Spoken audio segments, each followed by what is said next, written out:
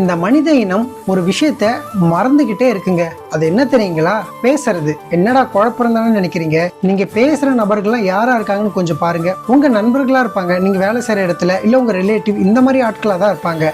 முகம் தெரியாத நபர்கிட்ட நீங்க உடனே பேசுறீங்களா? ட்ரெயின்லயோ பஸ்லயோ போகும்போது பக்கத்துல இருக்கிற நபர்கிட்ட வாண்டடா பேசியிருக்கீங்களா?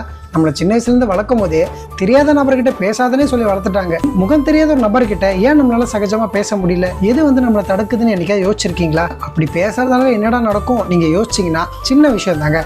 உங்க பக்கத்துல உட்காந்துருக்கிற நபருக்கு ஆபீஸ்ல ஏதாவது பிரச்சனையா இருக்கலாம். அதே டென்ஷன்ல அவர் வீட்டுக்கு போறாருன்னு வச்சுக்கோங்களேன். அந்த கோபத்தை எல்லாம் அவங்க மனைவி மேலேயே பசங்க மேலே தான் காட்டுவார். அதுவே யதார்த்தமா நீங்க பேச்சு கொடுத்து அந்த பேச்செல்லாம் அவர் கொஞ்சம் நார்மல் ஆகிட்டாருன்னா அந்த பசங்களும் அந்த குடும்பமும் அன்னைக்கு நிம்மதியா இருக்கும். நீங்க ஏதாவது வேலை தேடிட்டு இருக்கீங்க, சென்னையில ரூம் தேடிட்டு இருக்கீங்க, அந்த மாதிரி சமையலுக்கு கூட நீங்க யதார்த்தமா பேசுற நபர்கள் உங்களுக்கு உதவியா இருப்பாங்க. அதனால நான் உங்களுக்கு என்ன சொல்றேன்னா, எல்லா மனிதர்கள்கிட்டயும் எந்த ஒரு தயக்கமும் இல்லாம சுதந்திரமா பேசுங்க.